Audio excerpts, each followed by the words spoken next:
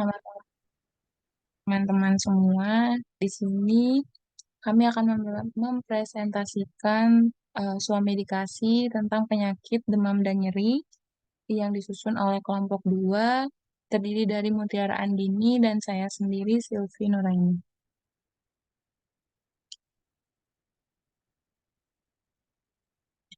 Definisi dari suam medikasi sendiri ini, suam medikasi atau pengobatan sendiri adalah sebuah upaya seseorang untuk mengobati diri sendiri dengan mengenali gejala atau penyakit yang dirasakan dan memilih obat sendiri. Suam medikasi juga bertujuan untuk pengobatan penyakit ringan seperti demam, nyeri, pusing, dan batuk. Suam medikasi yang dilakukan dengan tepat dan benar dapat membantu pemerintah dalam pemeliharaan kesehatan secara nasional.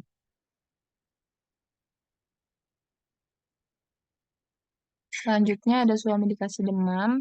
Demam di sini adalah proses alami tubuh untuk melawan infeksi yang masuk ke dalam tubuh ketika suhu meningkat melebihi suhu tubuh normal, yaitu lebih dari 37,5 derajat Celcius.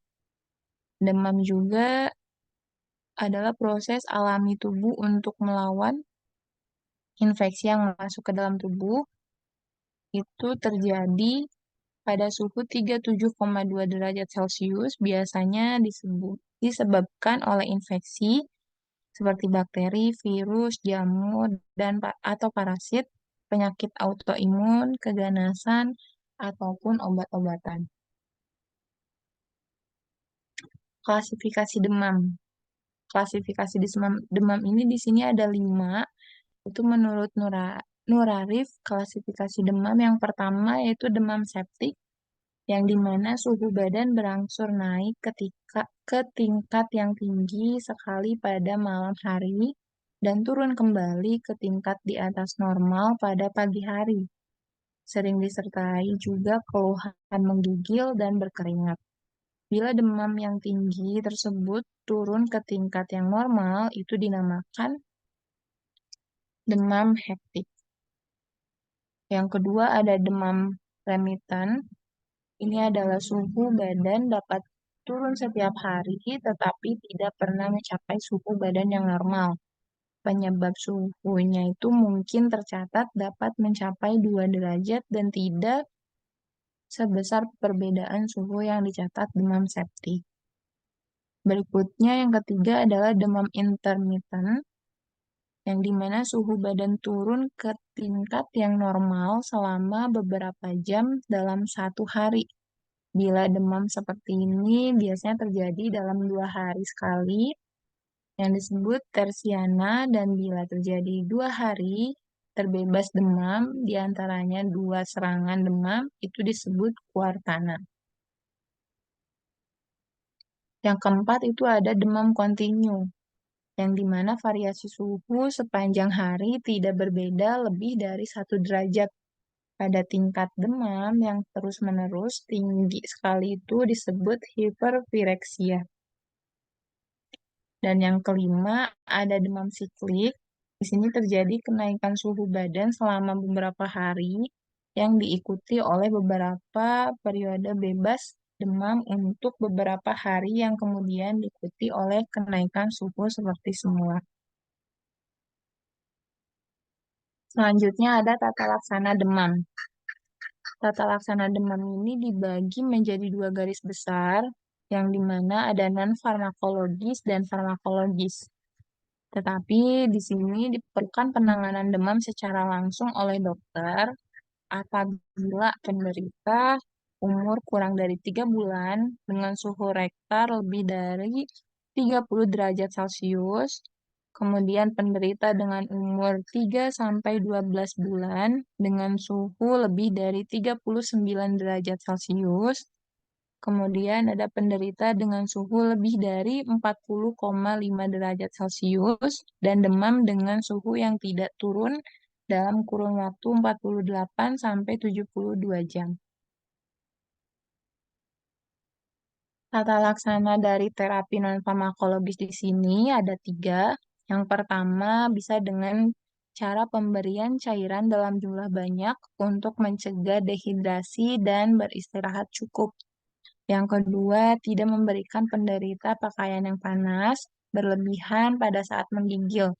Bisa dilepaskan satu lapisan pakaian dan satu lapis selimut sudah dapat memberikan rasa nyaman kepada penderita. Dan yang ketiga, memberikan kompres air hangat pada penderita. Ini sangat efektif terutama setelah pemberian obat. Jangan diberikan kompres dingin karena ini akan menyebabkan keadaan menggigil dan meningkatkan kembali suhu intinya. Sedangkan tata laksana demam menurut terapi farmakologi, yang pertama di sini ada analgesik atau antiviretik. Analgetik sendiri adalah obat yang mengurangi atau melenyapkan rasa nyeri tanpa menghilangkan kesadaran. Sedangkan antipiretik adalah obat yang menurunkan suhu tubuh yang tinggi. Jadi, untuk analgetik dan antipiretik ini adalah obat yang mengurangi rasa nyeri dan serentak menurunkan suhu tubuh yang tinggi. Umumnya, cara kerja analgetik antipiretik ini adalah dengan cara menghambat sintesa neurotransmitter tertentu yang dapat menimbulkan rasa nyeri dan demam. Contoh obatnya itu seperti paracetamol dan antalgin. Yang kedua ada NSAID atau non-steroid anti-inflammation drug. Di sini menghambat enzim siklooksigenase dalam tubuh. Enzim tersebut berfungsi memproduksi prostaglandin yang menyebabkan munculnya rasa nyeri karena mengiritasi ujung saraf perasa. Prostaglandin juga bagian dari pengatur suhu tubuh. Golongan NSAID ini dapat mengurangi nyeri dengan turunnya kadar prostaglandin. Efek lainnya itu, akibat turunnya prostaglandin adalah akan berkurangnya peradangan, pembengkakan, dan turunnya demam, serta mencegah pembekuan darah. Contoh obatnya ada ibuprofen dan aspirin. Berikut contoh obat demam yang biasa sering ada di apotek, itu ada Sanmol tablet, Bufec Forte sirup, lalu ada Thermorex sirup, dan ada Bodrek tablet. Selanjutnya ada swamedikasi nyeri. Nyeri itu merupakan suatu kejadian yang tidak menyenangkan akibat adanya kerusakan jaringan atau yang berpotensi untuk rusak. Unsur utama yang harus ada untuk dikatakan nyeri adalah rasa tidak menyenangkan. Persepsi nyeri sangat bersifat subjektif yang ditentukan oleh pengalaman dan status emosional. Nyeri dapat dikategorikan sebagai tanda-tanda vital kelima oleh The Associate. Berdasarkan hal tersebut, dinyatakan bahwa keluhan nyeri harus dinilai pada semua pasien karena mereka mempunyai hak untuk dikaji dan diberikan penata laksanaan nyeri secara tepat. Nyeri akut yang tidak berkurang dapat menyebabkan pasien mengalami debilitation atau kelemahan tenaga atau kehilangan motivasi. Dapat menghambat kualitas hidup dan bahkan dapat menyebabkan depresi.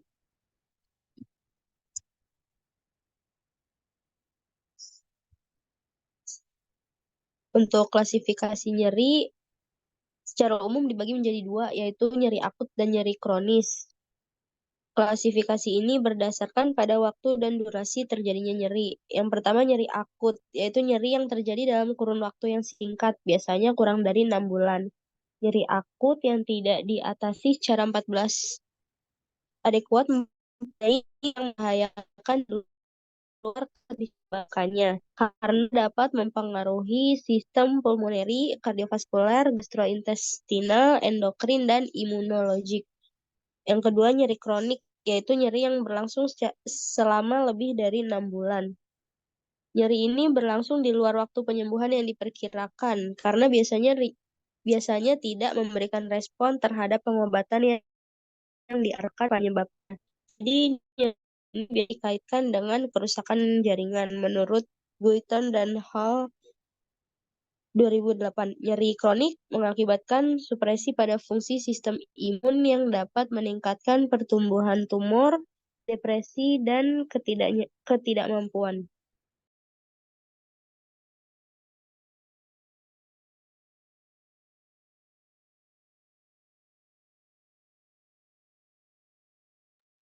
Selanjutnya ada pengukuran skala nyeri menurut Smelters dan Bear 2002 adalah sebagai berikut. Intensitas nyeri merupakan gambaran tentang seberapa parah nyeri dirasakan oleh seseorang. Pengukuran intensitas nyeri sangat subjektif dan kemungkinan nyeri dalam intensitas yang sama dirasakan sangat berbeda oleh dua orang yang berbeda.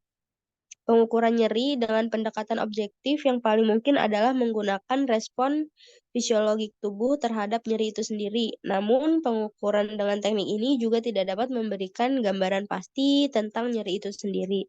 Nah, gambar yang di sebelah kanan ini ada biasanya untuk mengukur skala nyeri dari 0 sampai 10. 0 itu dari yang tidak nyeri sampai 10 nyeri yang tidak terkontrol.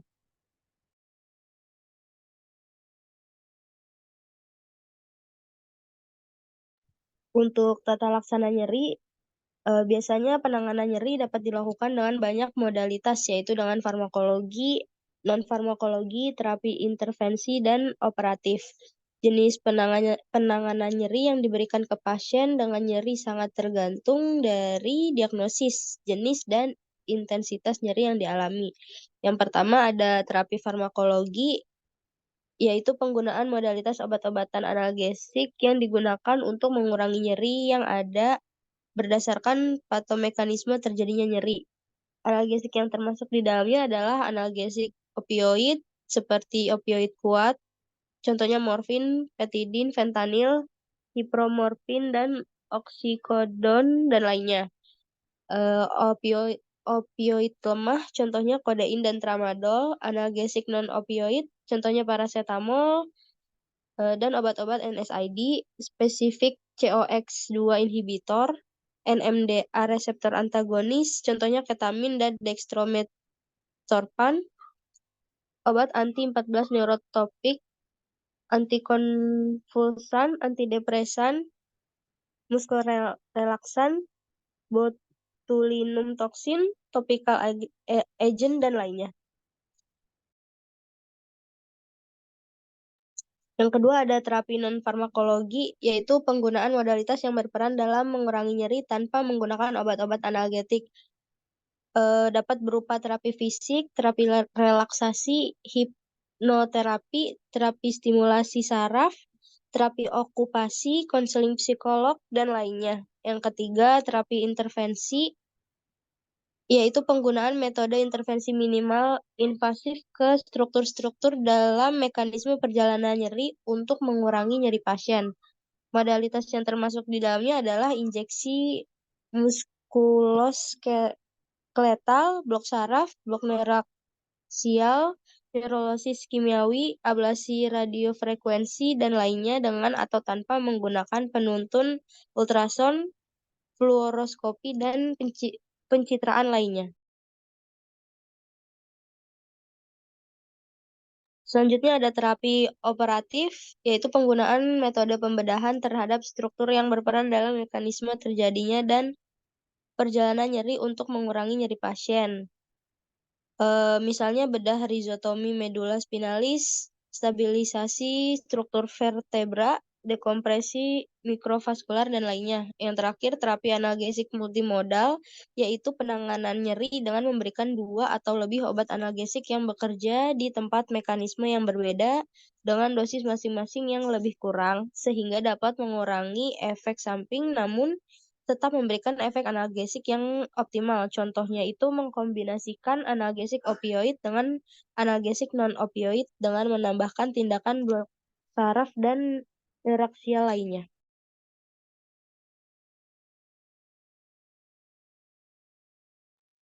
Untuk contoh-contoh obat nyeri itu yang pertama ada asamefenamat. Obat ini termasuk dalam golongan NSAID untuk meredakan nyeri akibat berbagai kondisi seperti nyeri haid, cedera, sakit gigi, atau radang sendi. Yang kedua, paracetamol, yaitu obat analgesik non-opioid yang dapat digunakan untuk menurunkan demam dan mengobati rasa sakit ringan hingga sedang. Yang ketiga, kalium diklofenak, yaitu obat golongan NSAID untuk mengobati nyeri ringan sampai sedang. Yang keempat, neuralgin, mengandung bahan utama diklofenak atau metampiron, yang termasuk dalam golongan OAINS. Obat ini digunakan untuk mengatasi nyeri akibat berbagai kondisi, mulai dari nyeri sendi, saraf, sakit kepala, sakit gigi, nyeri haid, hingga nyeri pasca operasi.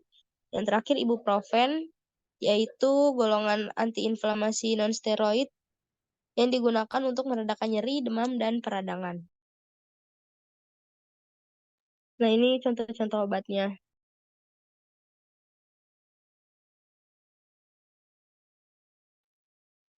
Selanjutnya ada percakapan suami dikasih dari penyakit demam dan nyeri.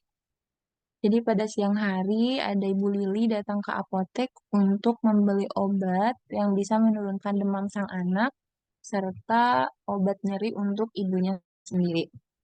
Berikut percakapannya. Selamat siang Bu, ada yang bisa dibantu? Siang, Mbak. Saya mau beli obat demam untuk anak saya. Baik Bu, untuk demamnya sudah berapa lama ya Bu? Baru dari tadi pagi sih, Mbak. Untuk sebelumnya apakah sudah ada diberikan obat Bu? Belum, Mbak, karena kebetulan stok obat demam di rumah lagi kosong. Jadi tadi pagi waktu demam cuma saya kompres dengan air hangat. Tapi demamnya belum turun juga sampai sekarang, Mbak. Oh, baik. Apakah anak Ibu ada memiliki riwayat alergi sebelumnya? Nggak ada, Mbak. Untuk usianya sekarang berapa ya, Bu? Usianya 3 tahun. Baik, di sini karena demamnya masih baru dari pagi tadi dan tidak ada alergi obat juga, jadi saya rekomendasikan untuk obatnya itu bisa menggunakan produk Sunmol Sirup ya, Bu. Di sini untuk aturan pakainya diminum 3 kali sehari, 1 sendok teh atau sama dengan 5 mili. Nanti kalau demamnya sudah turun, bisa dihentikan untuk pemakaian obatnya. Tapi kalau dalam jangka 3 hari demamnya masih belum turun, mohon dihentikan konsumsi obatnya. Nanti Ibu langsung konsultasikan ke dokter. Terus untuk penyimpanan obat sirup ini baiknya di tempat bersuhu ruangan dan terhindar dari paparan sinar matahari langsung ya, Bu. Baik, Mbak. Terima kasih. Baik, Ibu, apakah ada yang ingin ditanyakan lagi, Bu?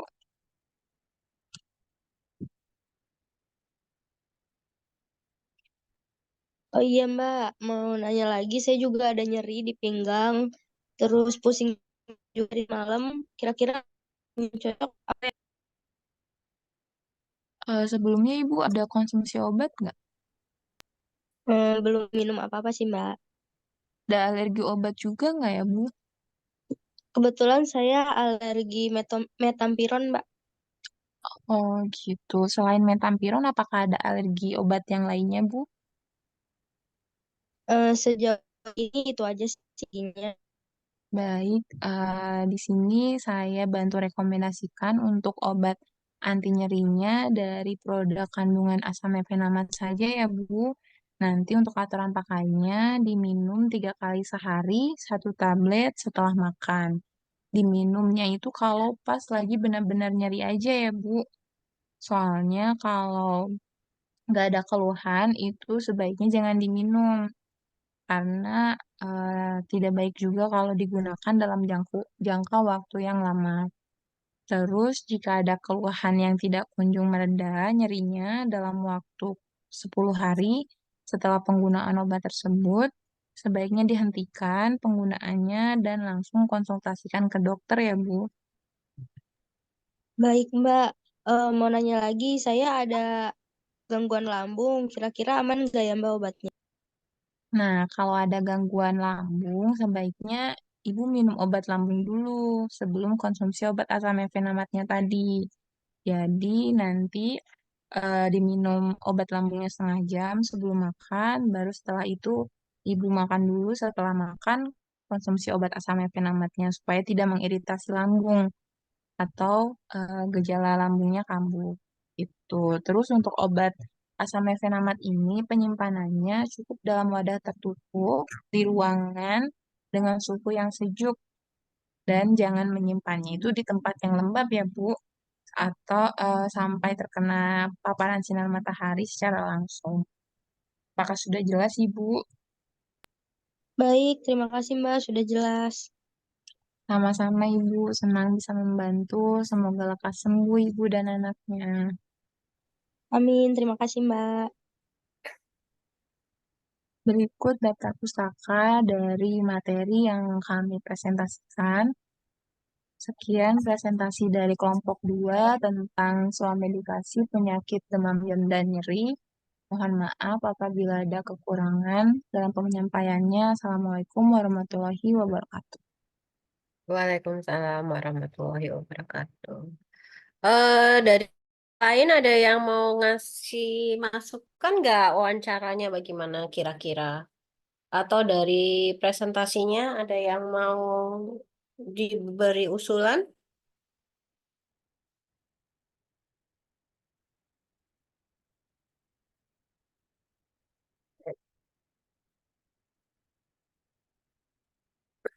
Ada nggak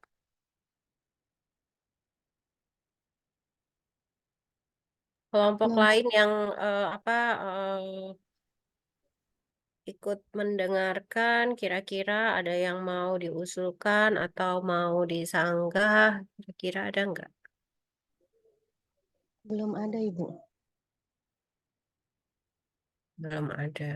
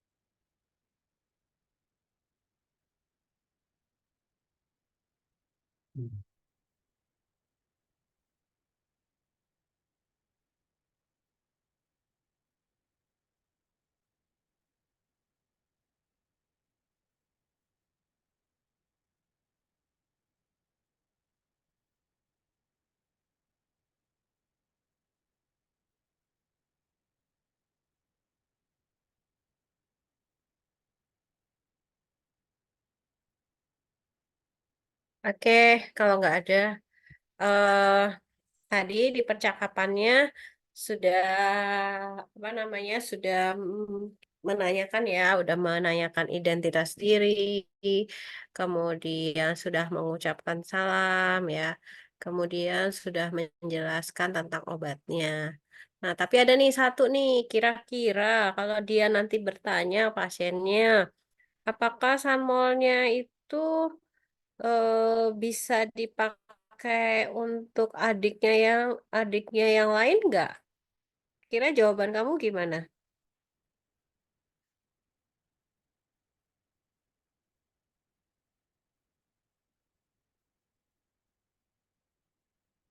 Halo. Eh, Mungkin bisa ditanyakan terlebih dahulu si adiknya, Bu. Kalau sekiranya bisa masuk ke kategori aturan pakai dari Samo Sirup, bisa diberikan. Oke, ditanyain dulu ya. Ya. Terus kalau misalnya obat ini apa diminum sampai habis atau bisa disimpan?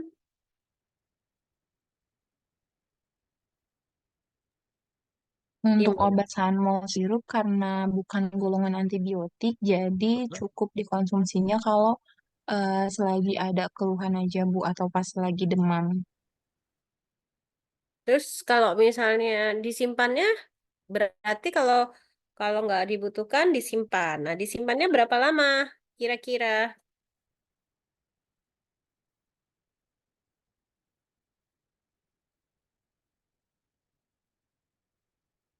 Maksimal 1 bulan ya Bu.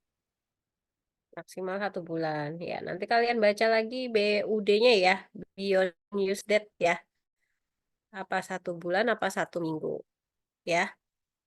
Karena Hmm. apa namanya beda-beda mungkin ada sediaan sirup, sediaan salep, sediaan tablet. Ya, nah itu B ada BUD ya, BUD-nya itu harus jadi perhatian juga. Kalau misalnya sirup kering kan udah pasti 7 hari. Nah, kemudian ini sirup biasa kayak Sanmol itu bisa sampai 1 bulan. Nah, tapi nanti kasihan juga ya kalau misalnya wah 1 bulan nggak dipakai obatnya langsung dibuang. Jawaban kalian apa tuh? Wah sayang dong Mbak, obatnya udah 1 bulan.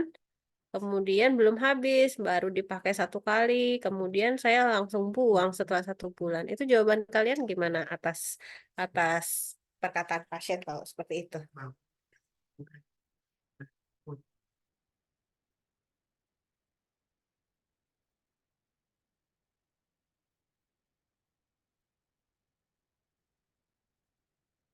Halo? Iya Bu, kalau misalkan pasiennya tanya terkait tadi sisa obatnya yang masih banyak Hmm? atau mubazir itu paling kita bisa sampaikan karena literaturnya atau baiknya itu memang maksimal untuk penyimpanannya sediaan sirup itu di 35 hari. Itu menurut Kemenkes. Terus kalau misalkan tetap dipaksa untuk dikonsumsi atau disimpan lebih lama, itu akan mengurangi efek terapinya. Mungkin seperti itu, Bu. Oke, udah bisa ya, berarti kalian udah tahu tujuannya.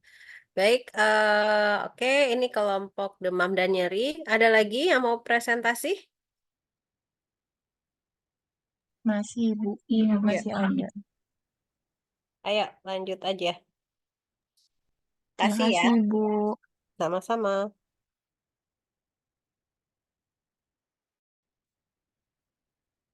Ini langsung percakapannya aja ya. Iya, Bu.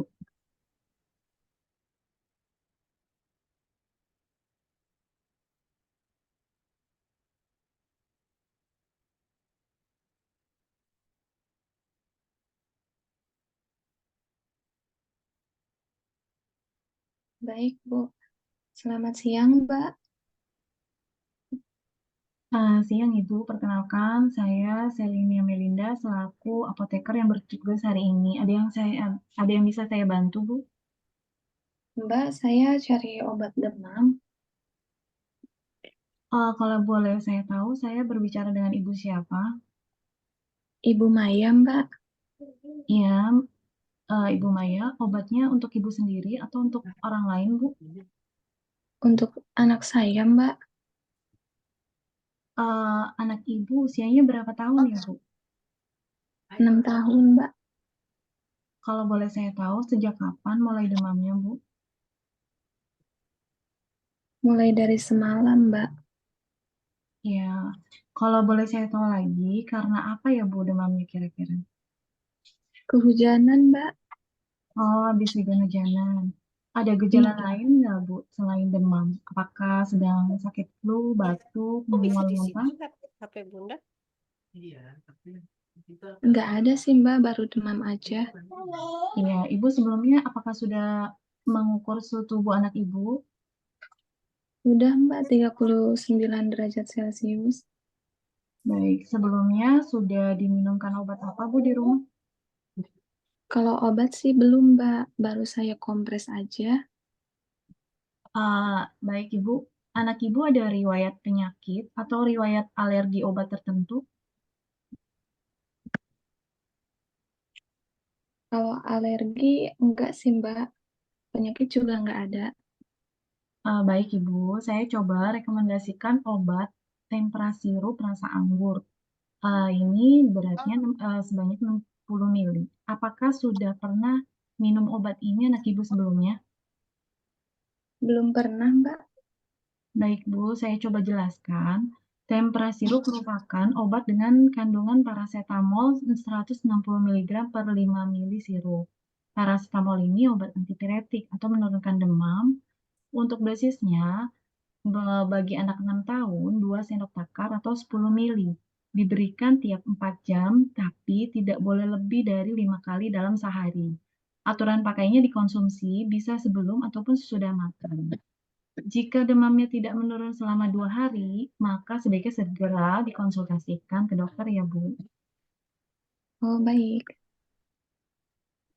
Jika kemasannya sudah dibuka, sebaiknya disimpan di kulkas dan hanya dapat disimpan maksimal 35 hari semenjak dibukanya kemasannya. Baik, Mbak. Apakah sudah jelas, Bu, informasi yang saya sampaikan? Sudah, Mbak. Baik, apakah bisa diulangi kembali, Bu, yang barusan saya sampaikan informasinya? Baik. Untuk dosisnya 2 sendok takar atau 10 mili diberikan tiap 4 jam, tapi tidak lebih dari 5 kali sehari.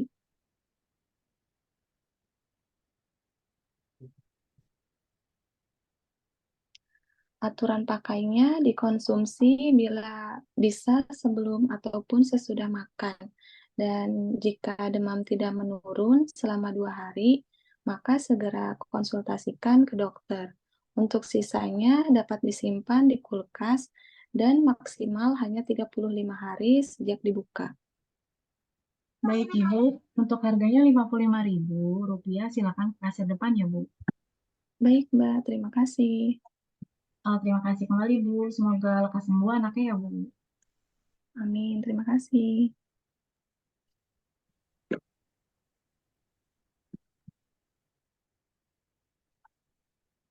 Oke, ya ini sama ya dengan tadi udah memperkenalkan diri, kemudian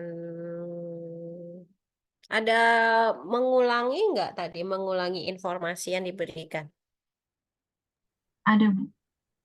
Ada, Oke. Bu. Kalau misalnya sakitnya bertambah, silakan pergi ke dokter, ada nggak tadi? Ada, Bu. Kalau udah 2 hari Ada. demamnya nggak turun, segera Apa? Kalau 2 hari demamnya tidak turun, maka segera konsultasikan ke dokter, Bu. Ya. Terus penyimpanan obatnya udah dikasih tahu? Sudah, Bu. Ya sudah. Ya, berarti sudah ya, sudah benar melakukan semua medikasinya.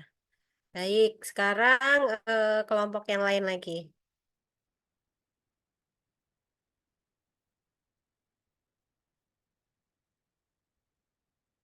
Kelompok yang lain ini tentang obat mah ya? Iya, betul, Bu. Ayo, dipresentasikan dulu di ininya ya, di materi obat mahnya. Izin saya dulu, Bu. Iya.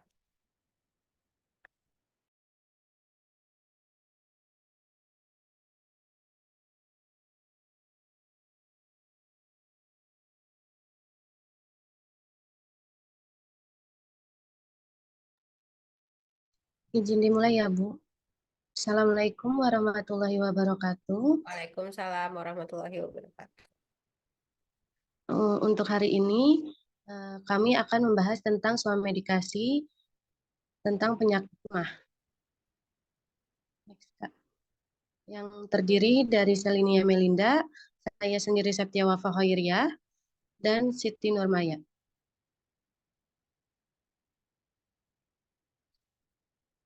Definisi penyakit mah.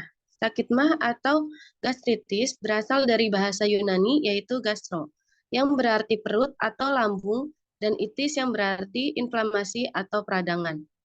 Sakit mah adalah suatu kondisi nyeri dan iritasi, di mana disebabkan oleh peningkatan asam lambung. Mah dapat menyebabkan pembengkakan mukosa lambung sampai terlepasnya epitel mukosa superfisial. Sakit mah secara klinis dan patologis dibagi menjadi dua, yaitu akut dan kronik. Untuk gejala yang dirasakan, yaitu rasa perih dan kembung pada ulu hati, nafsu makan menurun, kembung, perut terasa penuh, mual dan muntah, pusing, tekanan darah menurun, berat badan menurun, dan keringat dingin. Untuk penyebabnya, yaitu makan secara tidak teratur, terdapat mikroorganisme yang merugikan, mengkonsumsi obat-obatan tertentu, mengkonsumsi alkohol, pola tidur yang tidak teratur dan stres, dan telat makan, dan sebagian. Untuk pencegahan MAH, yaitu makan teratur dan tepat waktu, makan dengan porsi kecil namun sering, makan makanan yang agak lunak, menghindari alkohol, kopi, dan teh, menghindari makanan yang merangsang lambung seperti makanan pedas, asam, dan bergas, sering minum air putih, istirahat yang cukup, mengurangi stres, dan minum obat MAH bila kambuh. Efek yang bahaya jika tidak segera ditangani, yaitu pendarahan saluran cerna, luka pada dinding lambung, kebocoran pada dinding lambung, gangguan penyerapan makanan, dan kanker lambung. Untuk penata laksanaan MAH, yaitu terdiri dari terapi farmakologi, terapi non-farmakologi, dan terapi herbal. Untuk terapi farmakologi, untuk menangani penyakit gastritis, bisa berupa terapi simptomatik yang digunakan untuk menghambat sekresi asam dan meningkatkan resistensi mukosa terhadap asam. Obat-obatan yang digunakan seperti berbagai macam antasida, yang sebagian besar mengandung aluminium hidroksida, magnesium hidroksida, ataupun kalsium karbonat, dan obat-obat penghambat reseptor histamin H2 lambung, misalnya simetidin, ranitidin, nizatidin, dan famotidin, yang secara efektif mengurangi respon asam. Untuk terapi farmakologinya juga bisa digunakan dibantu dengan obat, yaitu antasida. Antasida adalah obat untuk meredakan gejala sakit MAH atau penyakit asam lambung. Antasida tersedia dalam bentuk tablet kunyah dan cairan suspensi yang umumnya bisa dibeli bebas tanpa resep dokter. Antasida bekerja dengan cara menetralisir asam lambung, tidak disarankan untuk digunakan terus-menerus. Digunakan pada perut kosong 1 jam sebelum makan atau 2 jam sesudah makan. Efek sampingnya ringan, yaitu mual muntah, perut kembung, diare. Lalu bila MAH berulang atau parah, periksakan ke dokter. Lalu yang kedua bisa dibantu dengan ranitidin. Ranitidin obat yang digunakan untuk mengobati gejala atau penyakit yang berkaitan dengan produksi asam lambung berlebih. Ranitidin termasuk dalam golongan obat H2 blocker. Produksi asam lambung yang berlebih dapat memicu iritasi serta peradangan pada dinding lambung dan saluran pencernaan.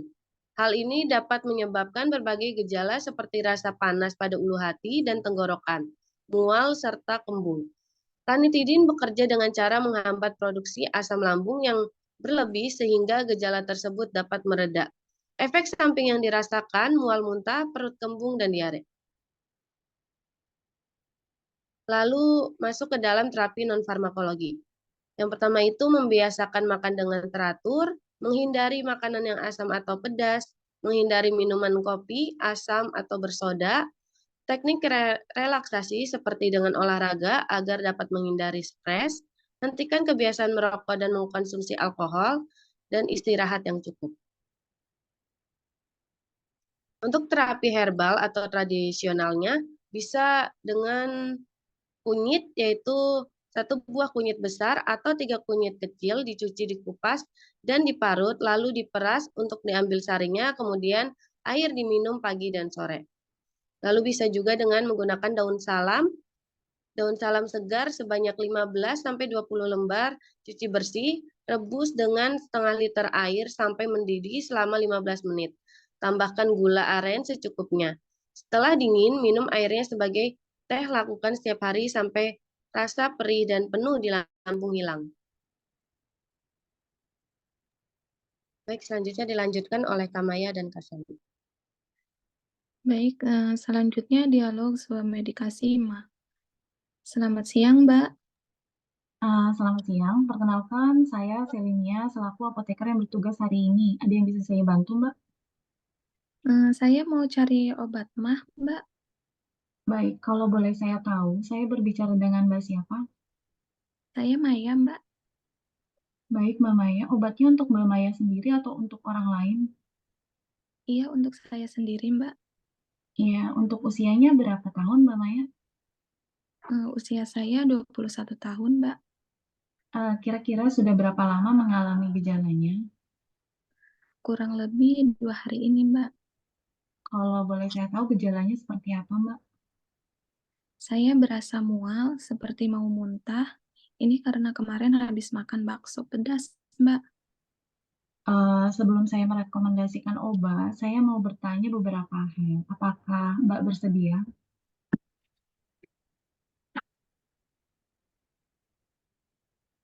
Iya, Mbak. Apakah Mbak sedang hamil atau menyusui? Tidak, Mbak. Apakah Mbak sedang mengkonsumsi obat-obatan lain? Tidak juga, Mbak. Apakah ada riwayat penyakit atau riwayat alergi obat tertentu, Mbak? Tidak ada, Mbak. Baik, Mbak, dari gejala yang disebutkan, sepertinya Mbak mengalami sakit demam. Saya coba rekomendasikan obat antasida. Apakah sudah pernah minum obat ini sebelumnya, Mbak? Belum, Mbak. Baik, Mbak, saya coba jelaskan. Antasida berisi aluminium hidroksida dan magnesium hidroksida. Diindikasikan untuk mengurangi nyeri lambung yang disebabkan oleh kelebihan asam lambung, gastritis dengan gejala mual muntah. Di sini ada 2 sediaan dalam bentuk tablet dan sirup. Kira-kira Mbak mau yang mana? Yang tablet saja, Mbak. Untuk cara pemakaiannya itu bagaimana ya, Mbak? Untuk aturan pakainya yaitu 3 kali sehari, 1 tablet diminum 1 jam sebelum makan atau 2 jam setelah makan. Uh, Tablet dikunyah dengan baik sebelum ditelan. Dan juga sebaiknya Mbak memperbanyak minum air, makan sayuran dan buah, dan jangan makan yang terlalu pedas dan asam dulu ya Mbak. Baik, Mbak. Obatnya ada efek sampingnya enggak, Mbak? Enggak ya, Mbak? Untuk efek sampingnya biasanya kram perut, diare, rasa lelah, tapi hal ini jarang terjadi Mbak. Baik. Untuk penyimpanannya bagaimana ya, Mbak? Apakah ada kotak obat Mbak di rumah? Enggak ada, Mbak. Sebaiknya disimpan di tempat yang aman, terhindar dari jangkauan anak-anak, dan terlindung dari sinar matahari langsung. Baik. Jika sudah tidak sakit, apakah tetap saya habiskan? Jika sudah tidak berasa sakit, bisa dihentikan saja Mbak pemakaiannya. Baik. Apakah sudah jelas Mbak informasi yang saya sampaikan? Sudah, Mbak. Apakah bisa diulangi kembali informasi yang barusan saya sampaikan Mbak? Baik, untuk dosisnya 3 kali sehari 1 tablet, diminum 1 jam sebelum makan, atau 2 jam setelah makan. Kunyah tablet dengan baik sebelum ditelan. Sebaiknya memperbanyak minum air, makan sayuran dan buah, dan jangan makan yang terlalu pedas dan asam dulu. Begitu, Mbak. Baik Mbak, untuk harganya Rp5.000. Silakan ke kasir depan ya Mbak. Baik, Mbak. Terima kasih. Terima kasih kembali Mbak, semoga lepas sembuh ya Mbak. Amin.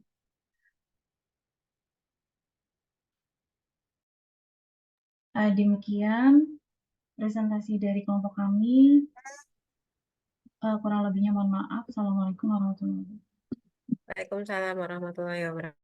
Coba deh buka presentasinya tadi, slide 2, slide sebelum yang terakhir.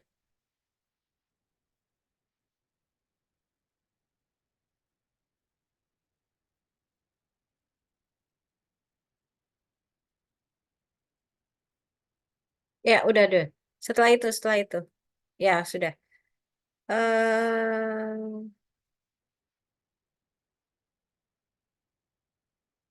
Jadi sebenarnya pasien ini siapa? Mbak-mbak ya? Iya Bu, 21 tahun Bu. Umurnya 21 tahun. Oke, coba buka next slide selanjutnya.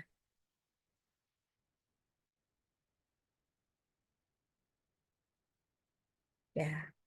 Apakah sudah pernah minum obat ini anak ibu sebelumnya? Iya Bu, ini salah ketik Bu. Nah, oke. Nah, kemudian hati-hati juga. Coba next selanjutnya. Slide selanjutnya. Oke. Apakah sudah jelas Ibu informasi yang saya sampaikan? Kamu maunya Mbak atau Ibu? Jadi sama ya, dari depan sampai belakang. Jadi kita juga gitu tuh. Kalau awalnya kita bilang ibu-ibu ya ibu-ibu. Kalau bilangnya kita dari awal sampai belakang Mbak ya Mbak gitu ya. Ketemu nggak? Apakah sudah jelas Ibu informasi yang sudah saya sampaikan? Sudah, Mbak? Iya, Bu, itu kurang Hmm. edit. Iya, maksudnya di dalam kehidupan pun juga gitu gitu. Memang kan kadang-kadang kita lupa ya, kadang-kadang manggil Mbak atau Ibu. Tadi bilang umurnya 21 tahun ya. Iya, Bu, 21. Kan? Atau mungkin dia udah ibu-ibu. Ya udah, itu ya. Jadi hal yang apa namanya harus kita perhatikan. Oke, satu lagi ada ini dialog yang lain. Ada izin share screen ya, Bu. Ya,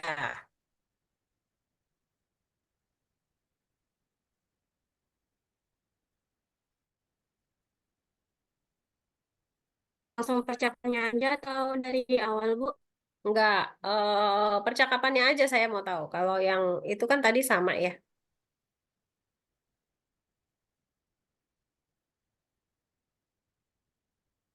Baik, silakan.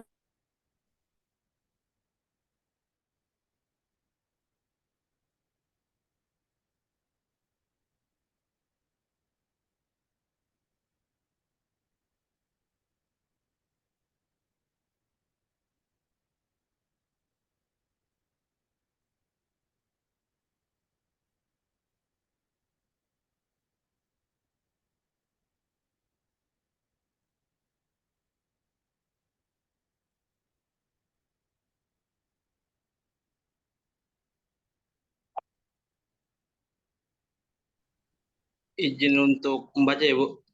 Ya, Selamat siang, selamat datang di apotek kami. Saya Romli, selaku apoteker yang bertugas hari ini. Ada yang bisa dibantu?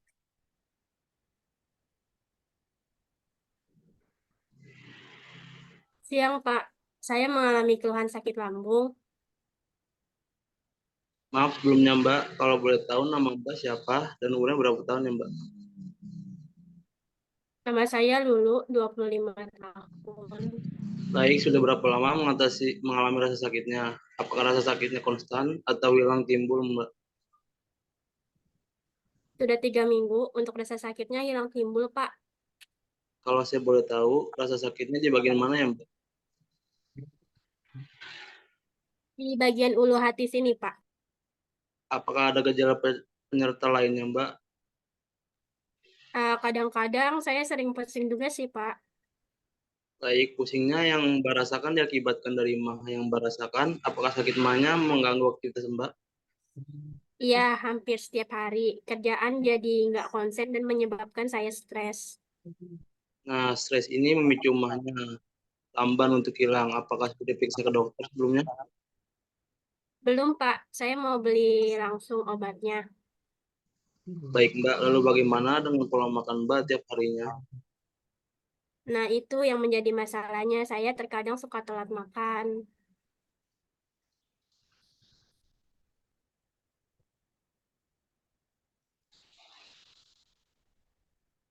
Baik Mbak, tunggu sebentar ya Mbak, saya pilihkan obatnya dahulu.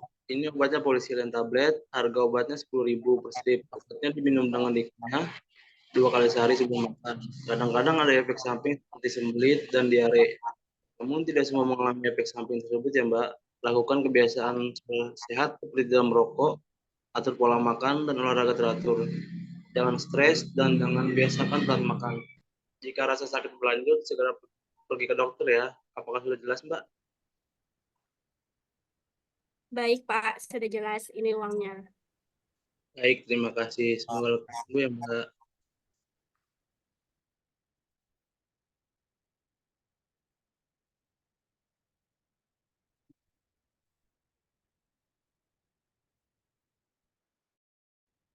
Oke, obat yang dipilih adalah polisilen tablet ya.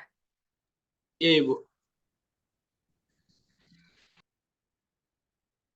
Polisilen tablet ini juga dikunyah. Iya, Bu, dikunyah.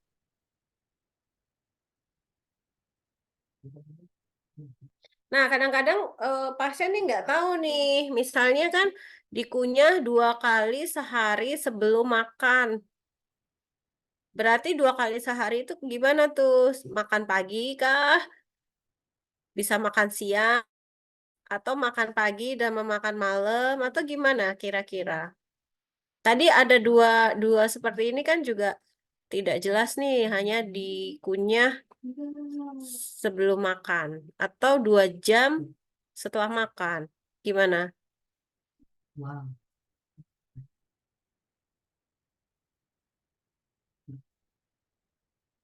Iya, Bu. Penjelasannya kurang lengkap, Bu. Harusnya 2 kali sehari sebelum makan 30 menit sebelum makan. Ah, Pagi dan malam. Atau pagi dan sore bisa. pagi dan sore. Se- jadi jadi dijelasin kalau makannya pagi berarti 30 menit sebelum makan pagi. Kalau makannya sore berarti 30 menit sebelum makan sore gitu ya. Karena kadang-kadang pasien nggak ngerti juga nih orang awam. Dikunyah ya udah dikunyah aja gitu kan. Oke, kemudian maunya 2 kali seharinya itu kapan? Gitu.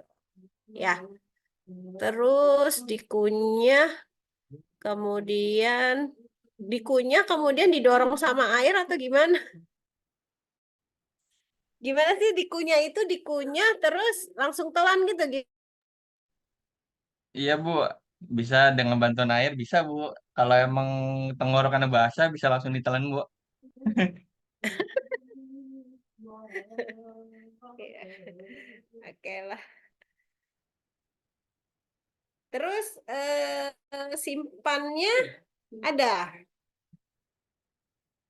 Bisa disimpan nggak? Maksudnya berapa lama kalau obat mah ini BUD-nya? Kalau nggak habis Hmm, bisa disimpan tergantung masa expirednya sih Bu.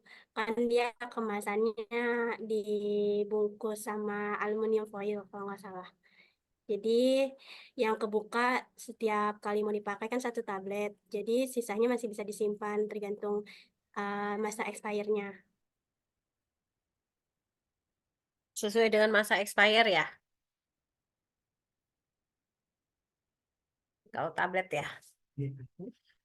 Iya Bu.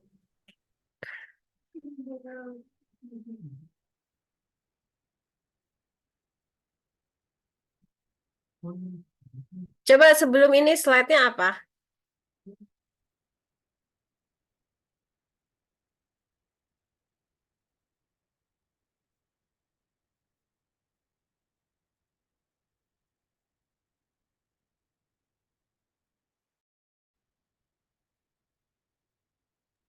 Ini slide sebelumnya Bu.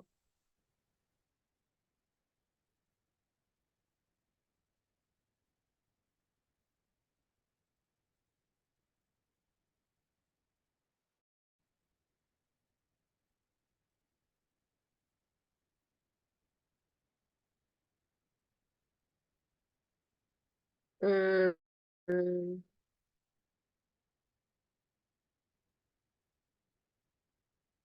oke.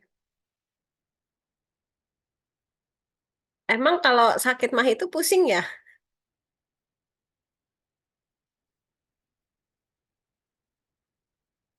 Gejala-gejala mah itu apa sih? Nyeri ulu hati, terus pusing termasuk gejala mah? Atau gimana? Bacanya gimana bacanya?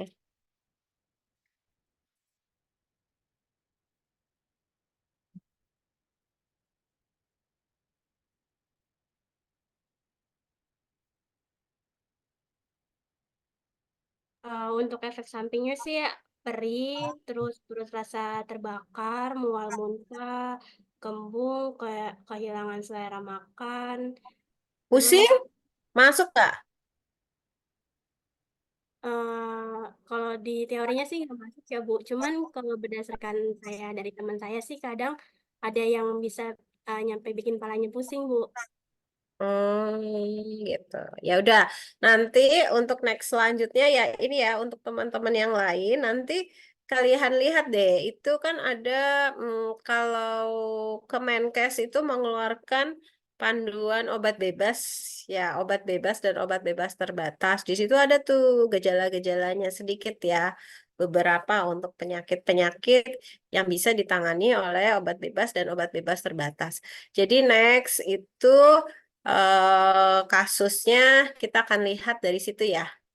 Jadi untuk percakapan swamedikasi ini, ya ini kan sebenarnya pasien ya, boleh-boleh aja namanya aja percakapan ya, boleh-boleh aja sih. Tapi juga kita harus tahu lah gejala sehingga kita bisa menentukan obatnya memang benar obat mah. Oh, pasiennya menderita gejala seperti yang sudah kita ketahui sebelum gitu ya. Baik, Bu. Oke. Oke, udah. Terima kasih. Sekarang saya mau absen dulu ya.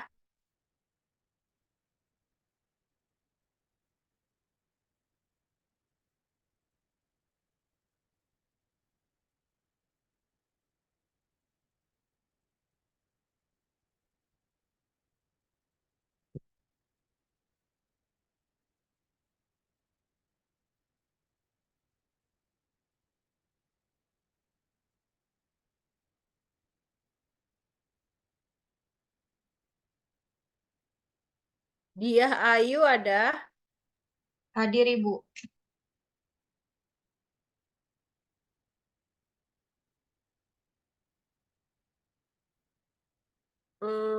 Anita Rahman, Hadir, Bu. Muhammad Romli ada ya. Yulita,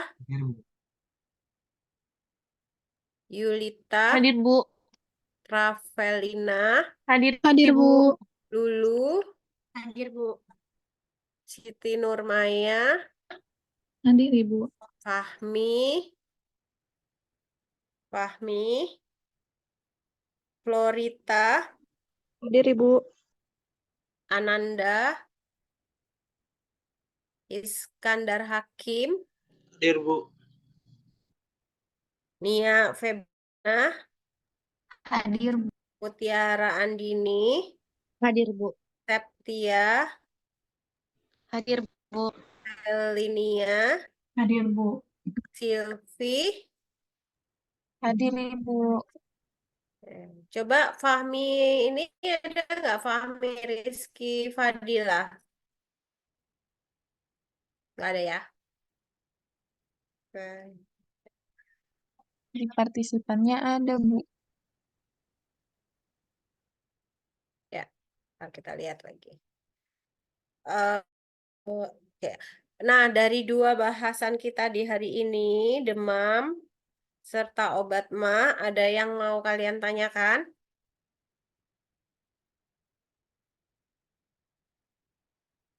Nggak ada? Ya udah, kalau nggak ada, kita ketemu lagi minggu depan ya, insya Allah masih dalam bulan Ramadan. Terima kasih atas perhatiannya. Assalamualaikum warahmatullahi wabarakatuh. Waalaikumsalam warahmatullahi wabarakatuh. Makasih, Waalaikumsalam Bu. warahmatullahi wabarakatuh. Bu. Kasih Bu. Mohon maaf mau Sama. tanya.